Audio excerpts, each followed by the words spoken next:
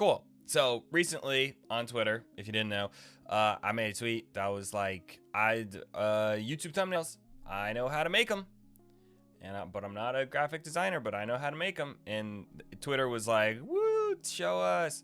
And so that's what my Twitter said. And so now, so this is that video. This is definitely a break from my normal content that you would see here on my YouTube channel. But I thought it would be helpful, especially in the Spellbreak community, where, you know, some people know how to make thumbnails. I see a lot of people who are just not as far along the journey as I am, right? Because I'm not a graphic designer or anything like that. I'm just a dude who has a little bit of background in filmmaking, but definitely no background in like graphic design. I've just learned stuff along the way, and I've watched a couple YouTube videos, and I basically have a good idea of what you should be doing in general for a gaming YouTube thumbnail for Spellbreak in particular. So that's this video. Oh, and by the way, all of this is like totally free. I mean, I'm using a free Photoshop type program, right? Image processing program. It's called GIMP.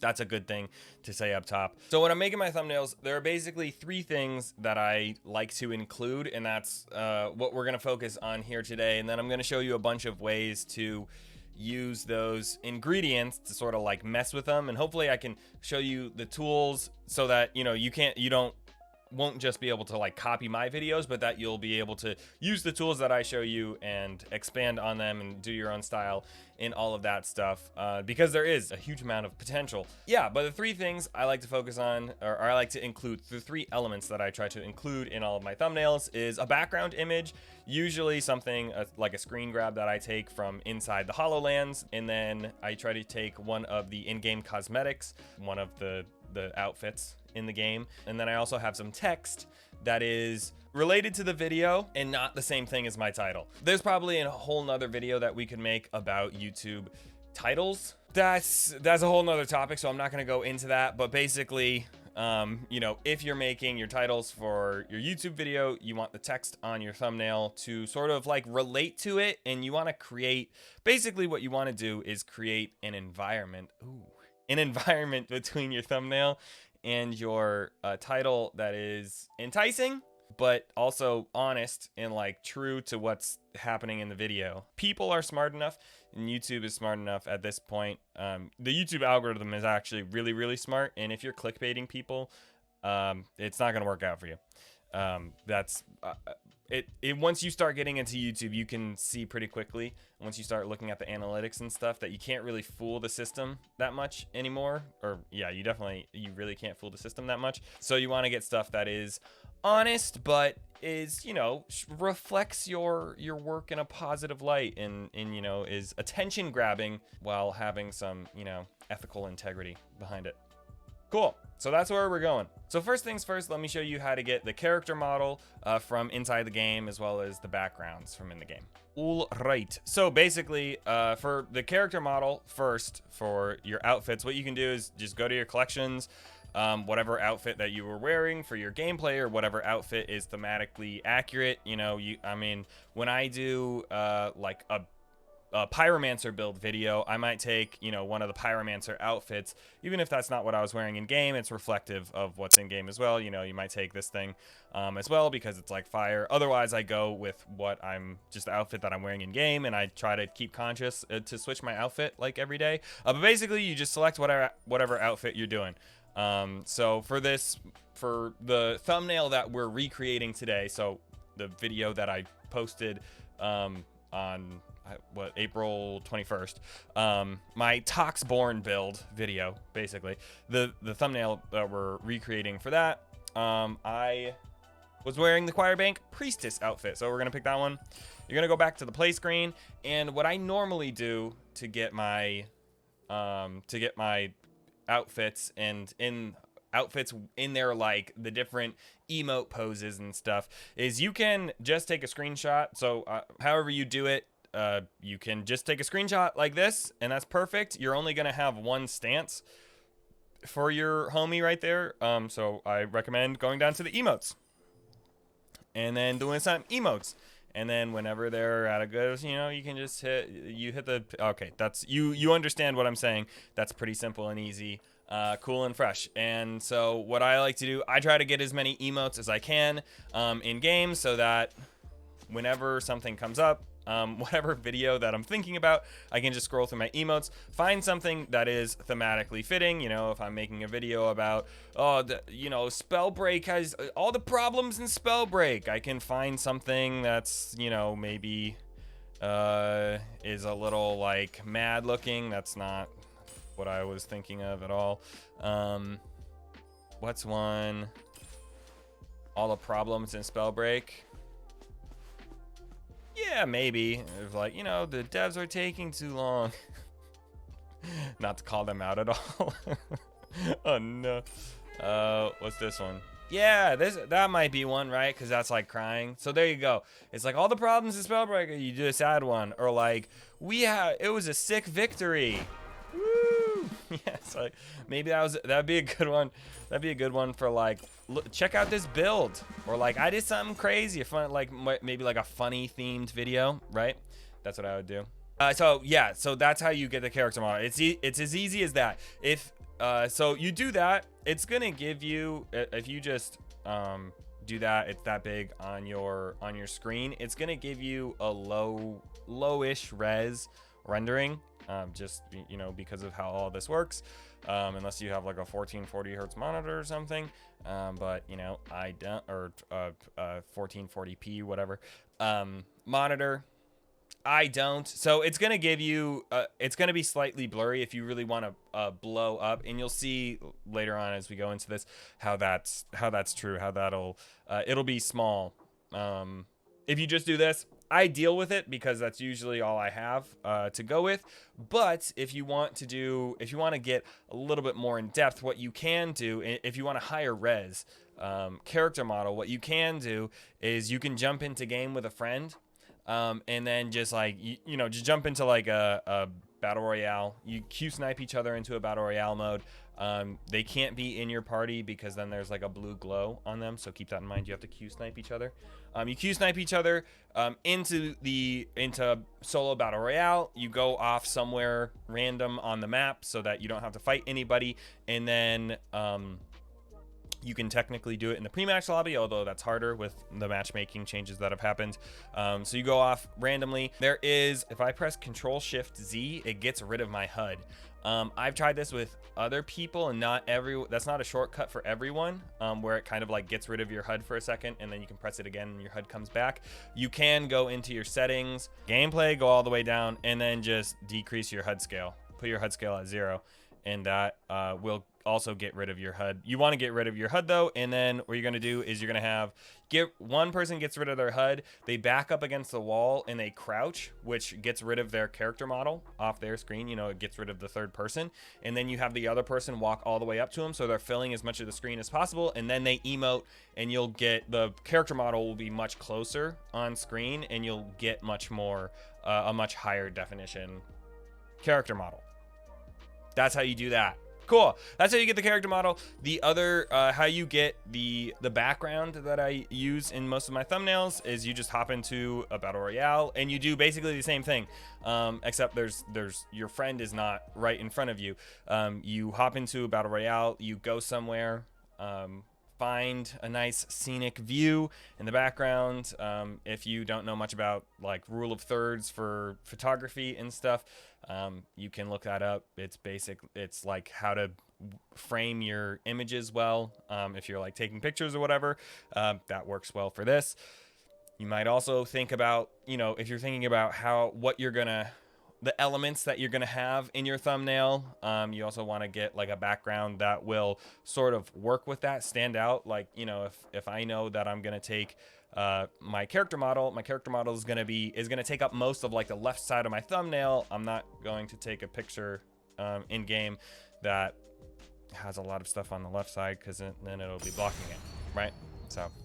So basically, right, so if I press Control-Shift-Z right there, now my HUD is gone. I can go anywhere I want. If I back up against a wall, now you can see that I can make, I can take a screenshot just like that. A hack for this, if you want to take a screenshot and you don't have a wall to use, let me see if I can do this in time. if you grab a Frost Gauntlet and a Tox Gauntlet, you can throw down your Tox Cloud and freeze it, and then you can stand in front of it and you can take a screenshot wherever you want. Pog. All right, so that's a little hack for you. There you go. Nice, easy peasy. So that's all the stuff. That's everything I do, like pulling from stuff in game, right? I just go around the Battle Royale map. I find different like scenic places, stuff to take screenshots of, and then yeah, it's on the home screen. I do this. If you have a friend and you want to hop in game for a higher res image, that's huge. That's big, because you can make that character model way bigger without it being blurry. And yeah, now we can hop into GIMP, the free software. I don't think I mentioned this before. I'll leave a link to GIMP down below if you need to download it or whatever. Yeah, completely free software. It's like open source or whatever. Cool. Awesome. So here we are in GIMP. I want to emphasize that like I don't know all the tools in this thing. I know what I know about GIMP, and it'll get you, where you need to be. If you have any suggestions or recommendations, or stuff about GIMP that you want to share, ways that I could be doing things better, leave them down in the comments below. I'd honestly love the feedback. That would help me out a bunch, and it would help everybody else out too. So we can create kind of a nice little community of Spellbreak gamers getting better at making thumbnails, which is awesome. But we'll start with all the knowledge I have. So what we're gonna do is we're going to go to File, and we're gonna make a new thumbnail. On YouTube, your thumbnails need to be 1280 by 720. So that's the maximum size of YouTube thumbnails. I think I'll just go through a couple of the tools that I use very, very regularly. So up here in the left, you can see top left, you have the move tool, which is like the 4 arrows. Here's the crop tool. I use this one a lot too. This is really nice. So the move tool, obviously you just like click and drag, right? It's like pretty easy. You can go edit. Up here, you go to edit, and undo is right there.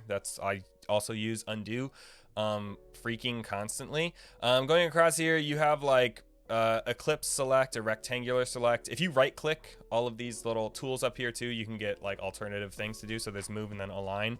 I use align sometimes. It can be good if you really want something to be like centered or whatever. Free select tool, I use this sometimes. I use a different tool more often called paths that we'll look at in a hot sec, but free select is also good. There's other tools there. Crop is a tool of isolate, so you can just like, crop stuff out. So if I do that, then it crops out everything else.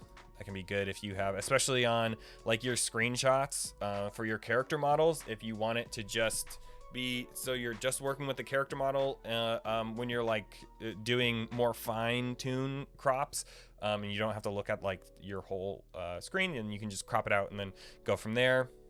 Smaller canvas to work with. Ooh. Here is all your transform tools are right here. So rotate is one I use a lot, especially for text. So you want to keep that one in mind. Scale is huge, especially for character models. You can bring the scale up. Flip is good if your character model is like sort of like half facing one way. You want them to be on the other side of your image, so they're not facing like the edge of your screen. That can be really useful. Those are the main ones I use for transform. Here's the gradient in bucket fill. So bucket fill, obviously, you just click bucket fill and it fills the screen like that. Pog gradient, you can set to a bunch of different things. I'll go into this a little bit in depth later, especially when we're talking about text. Paint brushes are cool. That's a tool that you can explore with. Not necessarily something that I use. Eraser tool, again, I tend to just use the undo feature right here instead of erasing stuff. That's what I would personally do. Paths tool is a big one for me. I use the paths tool all the time, and in a little bit I'll show you exactly how to use the paths tool, because a lot of like my text boxes that I do and stuff like that, how I cut out my character models, I do with the paths tool. So that's a big one. Here is the text tool. So you can do your text in there, whatever, you can select that. You get different fonts. The two main fonts that I use in my thumbnails are both Google fonts. So if you just go to Google Fonts. There's a whole catalog of different fonts that you can pick from. They're all open source and completely free. There are other websites like DaFont. I use Google Fonts exclusively because I know that every Google font is open source and free to use. Some other websites like DaFont you can get good fonts on there. You can probably get better fonts on there than you can find on Google if you want to find really the right font for you. But sometimes there's like a licensing fee, or they're not necessarily open source, free to use. They might be free for personal use, not for commercial use, whatever. I don't want to deal with any of that because I just don't. So yeah, so I'll leave a link to all the resources that I'm talking about. I'll leave a link to down below. You can look at Google Fonts and find the ones that you want. The ones that I use specifically are most commonly are bangers, which is just like a good YouTube thumbnail. It's big meaty text, it's like it's a little uneven and a little wavy. It just like really stands out. It's super easy to read. And it looks kind of freaking hype, dude. It's a banger. And then the other one that I use is a little bit more grown up. I use this often, and if it's all uppercase, it looks pretty good. How it's just a nice. It's a clean font. You can see how both of these fonts have very different styles to them, right? They're very different thematically. Yeah. These are two different YouTubers, right? But I use these two fonts in different areas of my work, my thumbnails. And yeah, last thing here is the zoom tool. Zoom tool is pretty cool. You can also just press Control and then mouse wheel to zoom in and out. But the zoom tool is also right there. It's pretty pog. All right. So then let me open up where we're gonna end up. And so this is the Toxborn build. So this is just a video that I made this past week. And you can see it has all the elements we're talking about, right? And I chose this thumbnail because it actually has both of the two, like, text, both ways that I use my text usually on my thumbnails, both the styles that I use. It features both of them, and then it also features the character model. So right, we can already see over on the right side here. I'll actually get rid of my face cam for a hot sec so you can see all this. So on the right over here, you see the character model. It's cropped from the background. I'll show you how to do that in a hot sec. But there it is right there. On the right side, it's filling a lot of the thumbnail base, whatever, 1/3 to 1/2 of the thumbnail. It's filling up there. You have text nice and big on the left side there. That's alludes to what we're doing. So this is a build video. There's like a series on my channel are my build videos. So this is the name of the build, Toxborn. I have other builds that I've done, like the UAV Pyro build, stuff like that, but including that. So now when you see this, you see Toxborn, which is like, maybe you don't understand what a Toxborn is, and that's intriguing, but it's a build. Oh, so people like Spellbreak builds. They like videos with Spellbreak builds. So it's like Toxborn build. It's a little intriguing. It might confuse you a little bit, but you want to see what it is. You realize that it's going to be a build video, so that's familiar, a little intriguing, a little familiar. That's good. And then you have this down here, which is, another style that I like to do, is the red box with the pointer. I'm not gonna lie, I stole this straight from Nick Merckx, and I think a bunch of some of the Spellbreak guys do it too, but I think everyone basically stole it from Nick Merckx, and probably other YouTubers too, but I specifically saw Nick Merckx do it, where you have this red box that kind of points to your character, and then a white box around it, and then some text inside. Yeah, that's a straight rip. I think Marcus does this a lot too, which is Dan, Not Your Bad, does his thumbnails. So yeah, I think you'll see that on a lot of Marcus's videos too, and OP. But yeah, basically like any gaming category, you're gonna see a lot of these red boxes around. And yeah, these are the two styles. You can see I also use both of the fonts that I have. This is Bangers up here, and this is Passion 1 down here.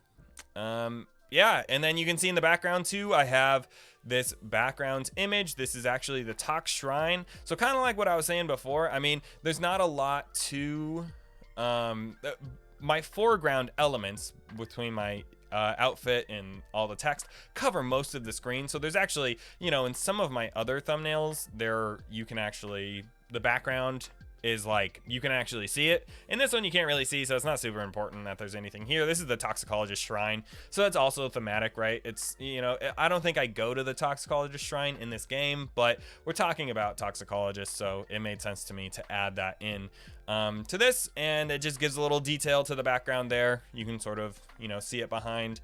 Yeah, cool. Those are the elements there. If I start taking stuff away, you can...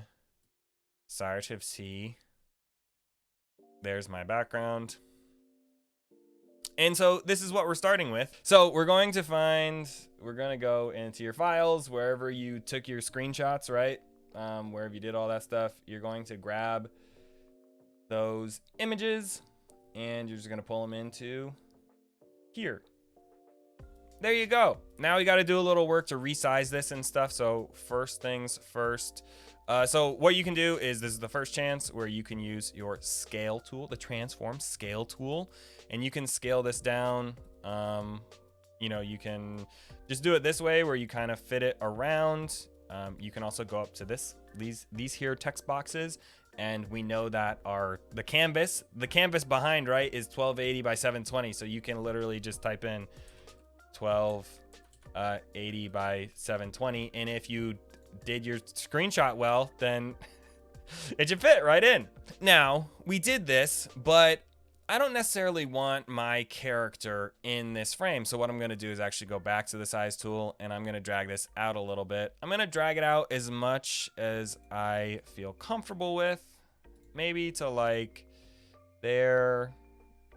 Yeah, that seems decent. What I could also do, right, is go undo, undo, undo, undo move layer, undo, way back to all the way to this. So now we're back at 1880 by, you know, or 1920 by 1080p, and then I can just move this over here instead of like scaling it up, scaling it down, because that'll remove definition. You can just move this over here, and then I'm pretty happy with that. Yeah, I know that my character model is going to go on one side, and then there's going to be text in here. You're not going to really see, with how small YouTube thumbnails are, right? Because usually when you see a YouTube thumbnail, it's like that big on your screen, right? So you're not going to really notice that there's like a head popping out right there. And that's another good practice to get into, is to be like when you're making your thumbnail, is to downsize it to like what it would be like, what the size would be like. And that's a good way to judge whether or not your text is readable, and like the size of everything and what it looks like, because most times YouTube thumbnails are super small. So yeah, good practice to get into is to just kind of downsize like that to check what everything looks like. I'm gonna put this, yeah, right in the corner there. That seems decent. And I'm going to leave that like this. The next thing that I'm going to do is I'm going to open up this screenshot. Oh God, let me find it. Oh, it's right here. The screenshot of my character model. And so I open it up.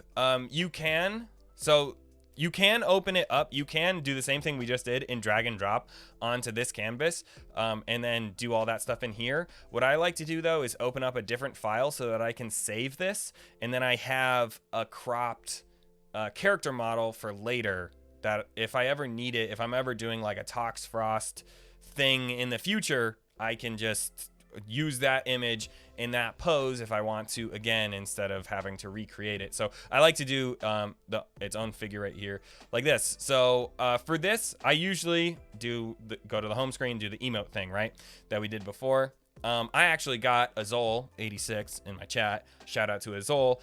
I actually got him to come into game with me and take a higher quality picture, which is dope. So basically what we want here is we want to crop out this figure from the background. And the way that I like to do that, there's a couple ways to do that. The way I like to do it, the way I find the best and the easiest way to like kind of adjust things as you go, is to use the paths tool. So this is what I was talking about before. I take the paths tool, I zoom in super far, I pick a place I like to go, and then with the paths tool selected, I just start clicking around the edge. And this takes some time to do. I'm not gonna lie, this is definitely like the most tedious part of this whole process, but I just click around the whole thing. And as you go, especially on the Spellbreak character models, they usually have like a little lining around. Like you can see, if I move this away, you can see right here how there's like the white of her pant leg, and then there's this gray line, and then the background. You want to place your path tool basically on that outline. Doesn't matter if you cut it out for the most part, but what you don't want to do is be placing your nodes outside of that line, because once you crop it, it's just gonna look terrible. There's gonna be like this weird outline. So if you crop a little into the character frame, that's not as bad. If you crop a little out, that is real bad. And so I actually, and this is a good point, I knew this was gonna happen at some point because I always do this. While you're using the paths tool in GIMP, it is important that if you ever go back, so I'm putting all my points in here, right? If you ever go back to fiddle with something, now this node is selected. If I try to go continue my path, I'm now starting a new path. Undo, undo, undo, which isn't good. I don't want to do that. So what you do is once you've adjusted your node, whatever you want to do, you just click on the last node that you did and you continue. That bugged the crap out of me for like a full week before I realized what was happening. So just to save you all the pain that I faced, that's what's happening. Basically, yeah, you're gonna go around this entire character model and you're just gonna cut them out. All right, now here is a part, now that we're getting to the head. So like the nodes that we're talking about right here, all of these, as long as you're like inside the character model, not super important. It's not really gonna like make or break. You want to be semi-detailed, right, like I've been, but it's not like super important if you break stuff off. When you're going around the head, it's more important that you walk that fine line around the head and represent the head well, because it's gonna be like obvious if the hair looks funky. So just take a little bit more care when you're going around the head, is my best advice for you. Just like, yeah, just take a little bit more care to really nail the outline. You can see that like this is actually pretty difficult because her hair blends in with the rock pretty well. It's actually kind of tough, and I remember when I did this the first time, it didn't look super clean when I got through it, but we'll see how it looks this time. Maybe I'll do this thumbnail even better than I did the first time, and then I'll replace this thumbnail with the one from the original video. Easy claps, easy upgrades. That's another thing too, is, you know, if you're making content on YouTube from the people who have made it, who are, you know, better than me at all this stuff, they basically preach that thumbnails and titles, they spend like as much time on thumbnails and titles as they do, especially for like gaming content and stuff like that. They spend as much time on thumbnails and titles as they do actually making their videos. When I edit my videos, probably takes me like an hour. You know, an hour and a half to like edit my video at this point. I've gotten faster at it. Takes me easily an hour to do my thumbnail, and then I tend to make videos now where like I know the premise going in, and so like as I'm thinking about the video that I'm gonna make, and like when I turn on my stream, like when I try to like get into that and start making the video, I usually have a title, or at least a rough idea of the title that I want for the YouTube video. I kind of like start with titles now, which is I think a good habit to get into. Okay, we're almost through. I promise, guys. We almost made it. We freaking made it. Okay, so just to close this off, just so you guys know, to close this off, what you do, you press Control and then click your original node, and that closes it all off. Cool. So now we did it. We made our path. We encircled our character model, which is dope. Pog. I'm back. We did it. We encircled our character model. Now what we're going to do, this is the first time I think we're talking about this. This select tab up here, this is my best friend. I love this. I use this thing all the time. So what we're gonna do is go down to, oh, you know what I can do? Myself down there. Easy claps. Now you can, yeah, you can see all the important stuff. So what we're gonna do is go down here. We're going to go to select. We're gonna say select from path. Easy claps. Now we're going to go to select invert. So right now, what we have is we've selected what is around the path. So that's the character model. If we go invert, now we've selected everything that isn't the character model. You can also click off. So you can see that we're selecting all of this stuff. Control X. You take it away. This is a good point. This is a JPG that a JPEG that I've inserted into here. And JPEGs don't have like backgrounds. So I'm actually going to undo that cut. I'm gonna go over to here, right click on my JPEG, add an alpha channel. That basically means that you can that transparency can exist in this image. Basically what it means, it like kind of converts it to a PNG. But it means that now, so you saw there when I cut the background, there's green in the background that came over top of it. Now since I added an alpha channel, I can control X to cut, and voila, you have all this transparency back here now. If I come down here and select all, now you can see I got this nice little cutout. Woo, that's the whole thing. We did it. That's huge. That's a huge time sink that we just did. So now we go over here. We go over here. We grab the layer right here. We bring it up to our original image. Drop it on, baby. And then move tool, we can move it like over to where we want it. If you need to resize your image, you can scale it, right? Maybe you want to make it like slightly bigger like that. Dope. Move it back down again. Yeah, something like that. So now this is on here. Dope. We freaking did it. Next thing we're gonna do is think about our text. So we go back over here. You can see we got the Toxborn build right there. So we come over here. We go to our text tool. Draw it out. Now we can mess with the text tool right here as much as we want. But what we're going to do is go Toxborn, enter build. Now we're going to select all this, and I want this to be in the bangers font. You can also find all your font stuff. There will be a place over here on the right for it too. It's the uppercase A, lowercase a.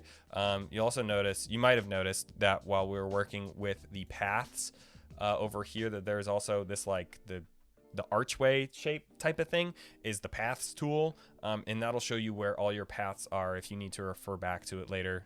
If we head over to our image, you can see there's the path right there, unnamed. Cool. But now we have this. I want this to fill the space a little bit more, so I'm going to bring it up. 200 seems pretty good. Yeah, 200 seems to be good.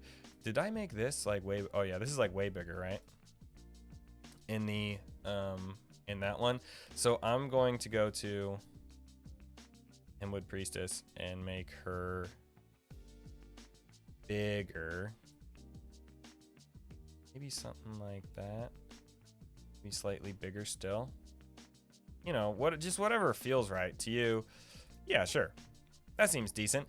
And now that's the area. So that's where she's going to take up. Now we go over to the text. The text is going to be, yeah, we'll put it like right around here. That's pretty good.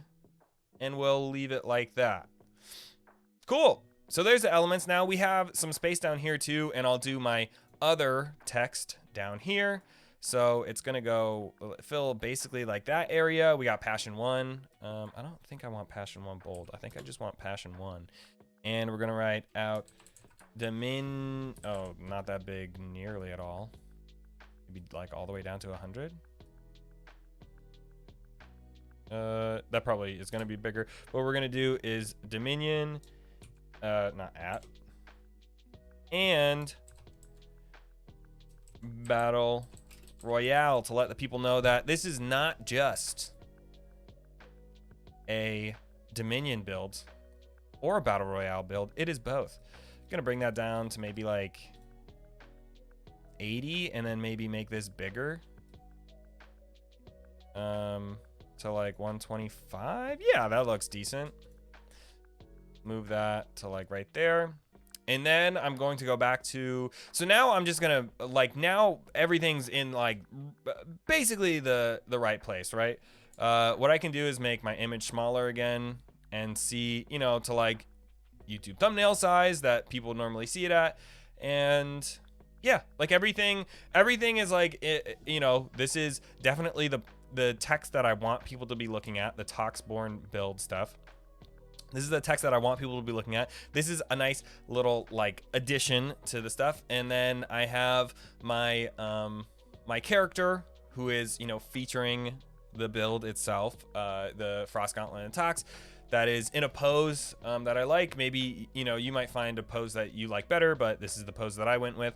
And this is, so everything's like in the right look, like areas now. So now I can start to mess with it a little bit. I'm going to start to mess with the background. So what I'm going to do here, this is something that can make your background image look a lot better, and can sort of give really good colors to your image, thematic colors. So I think these colors actually already work really well between the priestess and her gauntlets and the background, but I want to give it just like a little bit of something. So what I'm going to do is I'm going to move my background layer up above my screenshot. Then I'm going to go here to mode.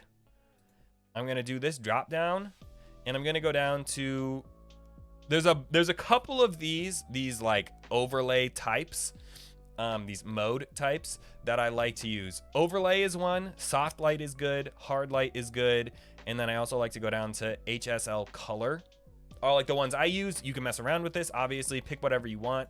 I'm gonna go to overlay, and you can see now that this background has now basically been placed over everything that's underneath it. So my background image, and it like affects the color of it.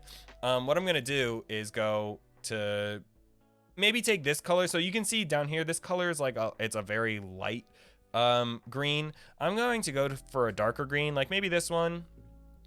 And then I'm gonna go to my bucket fill, and I can bucket fill right there, and you can see now my background has this nice green to it that sort of like, it shifts it from being just like an image of the Battle Royale map. And this works, I think, even better when you're outside Bogmore, because Bogmore already has this like real like green coloring to it. When you're in different places, this can make your image just like, it just makes it look a lot better. It makes the background sort of like blend in a lot better and create space where your foreground objects really pop. So like, this is gonna make my text really pop off of the screen by doing this. And also it'll make your thumbnails like pop with bright color. So you want to use like big bright colors for this. If you go through my thumbnails, you can see that most of my thumbnails feature really bright colors. When you're thinking about colors, what colors you should pick. Now, again, I should say that I'm not a graphic designer, but basically, here's an easy way for you to do this. This is like a total cheat code. All right, so you're trying to pick your colors that like work together and go well. You have this outfit in the game. This outfit, the Hinwood Priestess, was made by graphic designer, or like made by designers. It was made by people who know what they're doing. So they already gave you the color palette. All you have to do is click on this color, and then click on this little guy here, and then take whatever color you want from on her, right? And so whatever color you want, and then, you know, maybe you want to do something with her hair.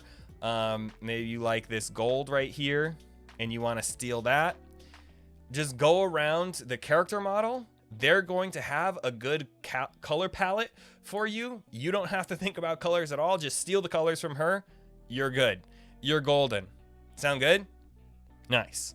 So that's what I did basically, right? That original green that I had, the green that I used for this, this green is literally like stolen from her brooch or whatever these gems on her chest right there.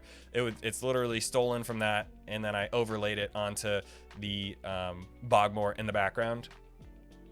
Easy claps. So there's the background. You'll see in some of my older thumbnails too, what I would do is I would mess around with like a gradient. And I might put a gradient on here, especially if I wanted to do something like a vignette. You could put like green and then black here, and then do black around the edges, and do this like the overlay or whatever mode that you wanted to do, and that might give you a little vignette on the for your background. But whatever you want to do, that's the background right there. Now what we're gonna do is go to the character model, so the priestess. And we're gonna give her first a little border to make her sort of stand out from the background a little bit. Then we're gonna give her a drop shadow. And we're basically gonna give everything from here on a drop shadow. But let's start with the border. What we're gonna do is right click here. We're going to go alpha to selection, which is basically just gonna select around her. And then we're gonna go up to the paths workspace up here. And we're gonna right click, and then we're going to go selection to path. Now this is gonna give us a path that is in the outline of the Hymnwood Priestess. This path stays where the Hymnwood Priestess is right now when you take the path. So if you move the Hymnwood Priestess around or resize her later, you're gonna need to make a new path in the same way that we just did. Then we can select all. We can come up here, take, you could do whatever color you want. In my original image, you can see I took like a green color. This time, why don't we take like gold color from like right there. We'll take a gold color. We're gonna go up to this path, right click on the path again. Now we're gonna go down to stroke path. And we're gonna give her a nice little border. So you can mess around with all these settings as well. I basically just do like a solid line, and then you can mess with the pixels as well, and just click stroke path, and now you've given her stroke path. But I messed up, which is I always do that. I literally have to do this twice all the time because I put this border on the same image as her, which put it above her, which kind of just gives her like a weird outline. So what we're gonna do is edit, undo the stroke path, and we're going to make a new layer. So you go down to the bottom right here and you click a new layer right there, rename it to PC border. I say PC is like player character because I play D&D, so that's what it is. We're gonna move this PC border below the priestess border right there, and now we're gonna do the same thing. So now with the PC border selected, we're gonna go up here, we're gonna go to stroke path, stroke. And now she just has a little border around her, helps her stand out from the background a little bit. And yeah, and it just it like kind of outlines her a little bit, and does that. I like doing that. That's kind of, you'll see if you go through my thumbnails, I like am constantly evolving. So I might look back on this in like a month and kind of stop doing these borders, but I really like these borders that I'm doing right now. I think it helps like make the characters stand out, whatever color you choose, whatever you do. Yeah, I kind of like this gold right here. Now that we have this border, and this border is behind the priestess, what we're gonna do is come up to filters. And now this is huge. This is gonna make this next thing.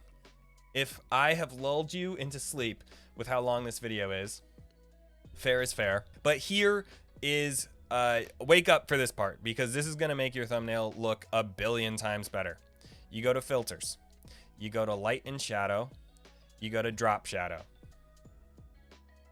Okay, you come in here, you can do whatever you want, find what works for you. Personally, I set X and Y to 0, 0. What a drop shadow does is it gives space. It makes the image that has the drop shadow just stand out, gives depth to the image. And this is huge. So what I tend to do is do something like blur radius of 5, and then my opacity somewhere around 1. Something like that. So now if you look at this priestess with her drop shadow, you take away the preview, you can see how this drop shadow just makes her pop from the background. I'm using a black drop shadow right here. If you want to give your images like a nice like a white glow or like a white-ish glow around them to sort of, you know, make them pop in that way. That's basically what I'm doing with the border here. But if you wanted to do that, then you could select like a white color. And then I recommend dropping the blur radius down and bringing your opacity way up.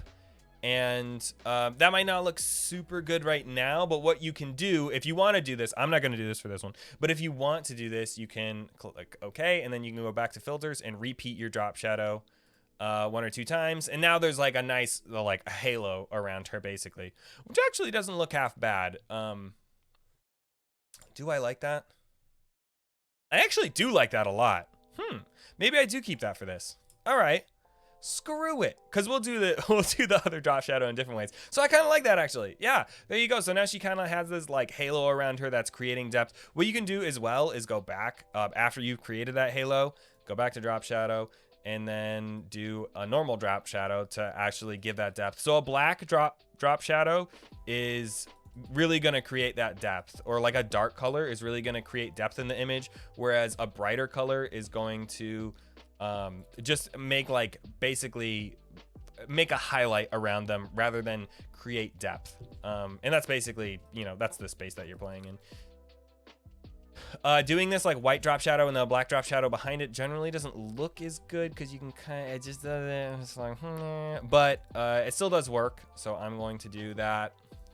And then, yeah, there she is. Nice. There you go. Yeah, I don't hate that.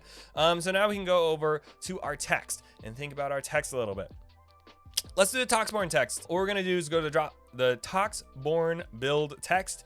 And the first thing I like to do when I start messing around with text is I like to just duplicate the layer right away. Just so if I don't like what I end up doing with it, I can just easily go back and start anew.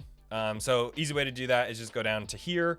The little 2 frames or rectangles down there, and that'll duplicate your text. Now we can mess around with this one right here.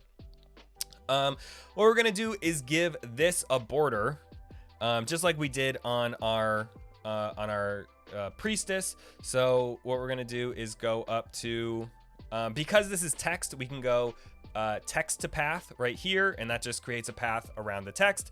We are going to create a new layer and go text border. Easy enough. Put that text border below our text, and then we're going to come up here to the paths tool.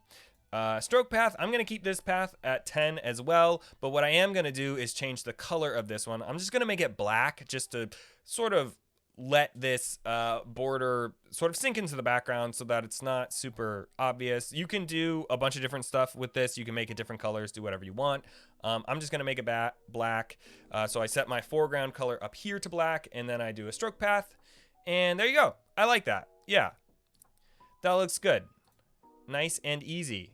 So if I make that invisible. Oh, also just another cool thing to like look around is these eyeballs right here. You can just make things invisible.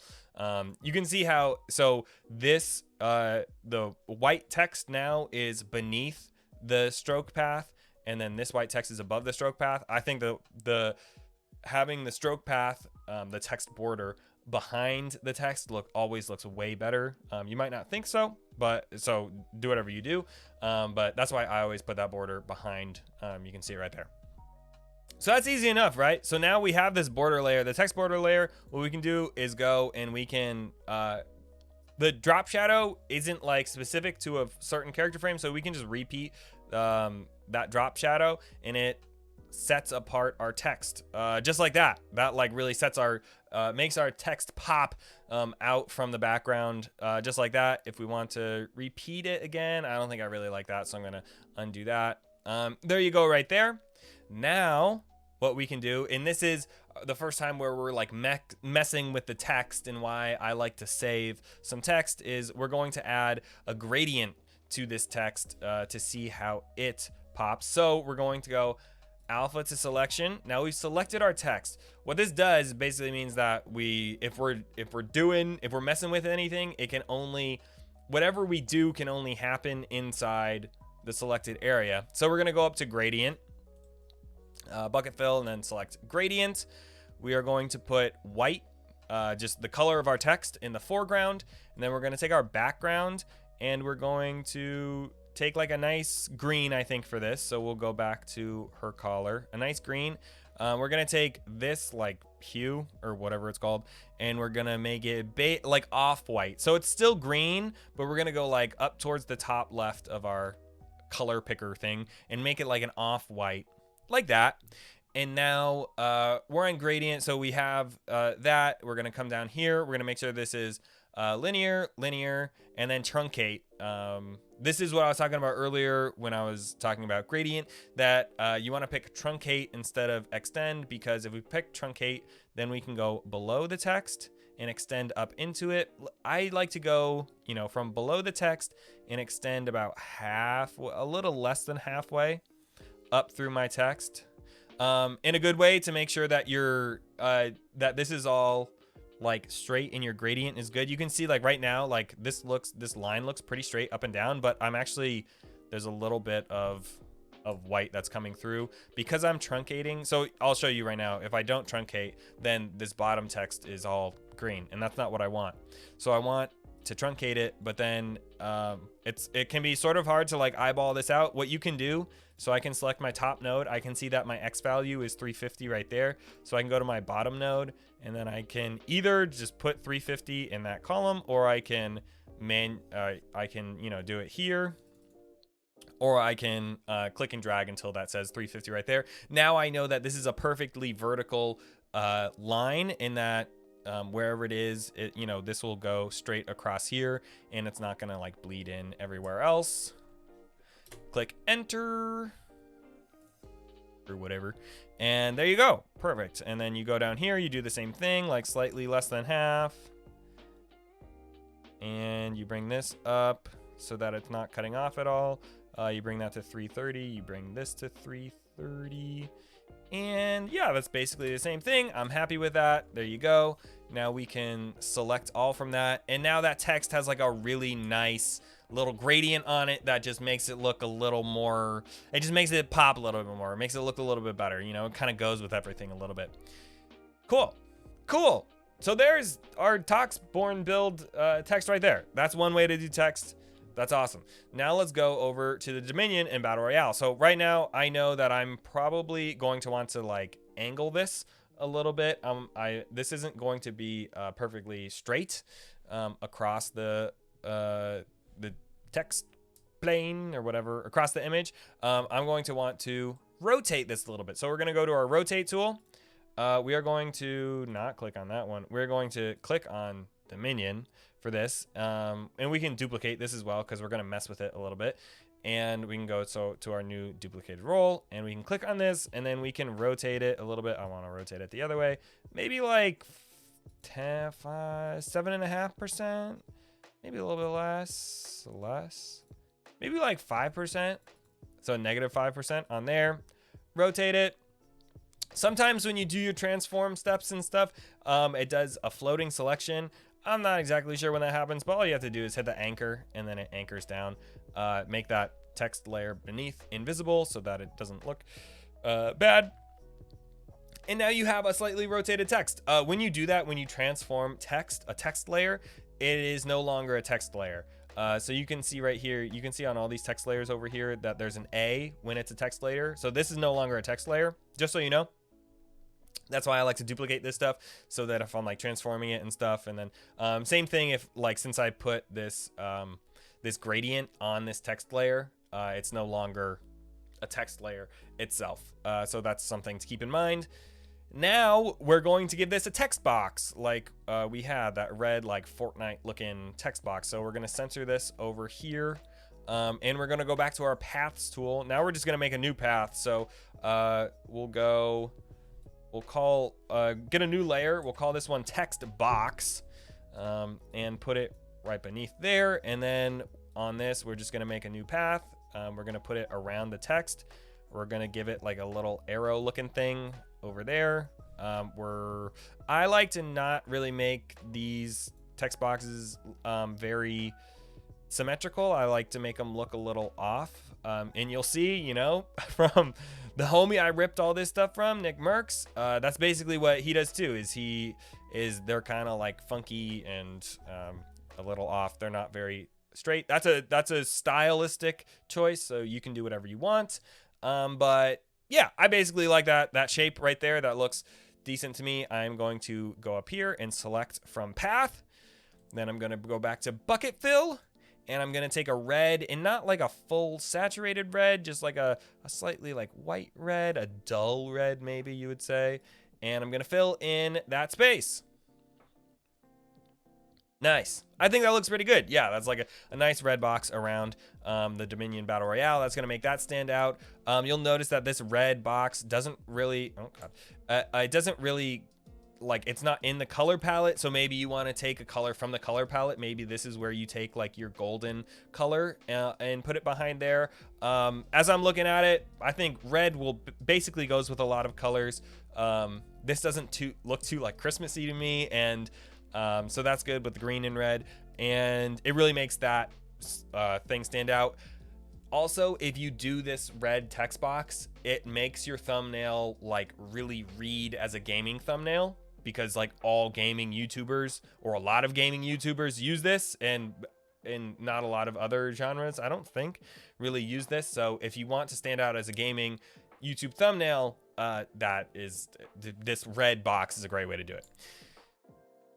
Just so you know. Now, we've done that. That's awesome. What I'm going to do is make another text box layer. So call this text box 2. I'm going to put it under this text box. And now I'm going to make another path. So go up to my paths tool, and I'm going to make another path around in a similar shape that's just kind of outlines this box. I'm going to make it so that all the lines don't, so it doesn't match up perfectly outside there. I'm going to give it like maybe a little bit more headspace out there, so it's not like a perfect outline of that space. And I'm just gonna do that, maybe like pull it down like there. Yeah, that looks decent.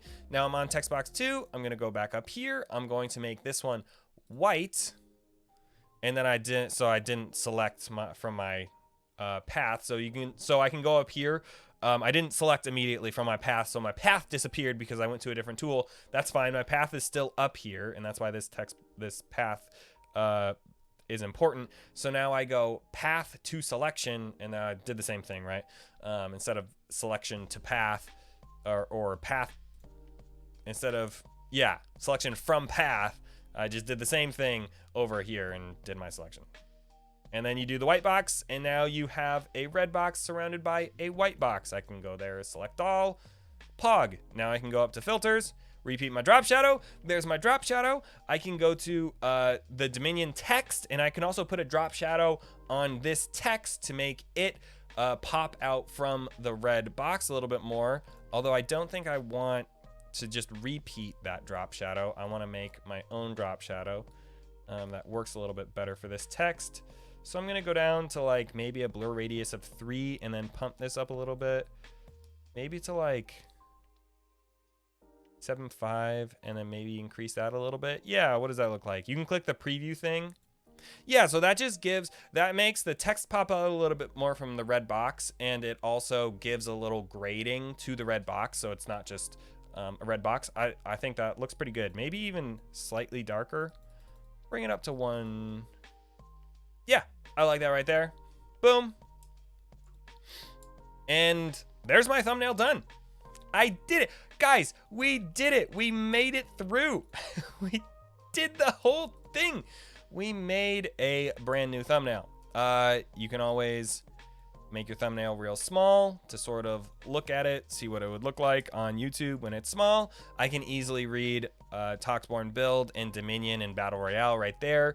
I think it looks pretty good. There's like good spacing. It's just like a clean looking image. It's not too cluttered or anything.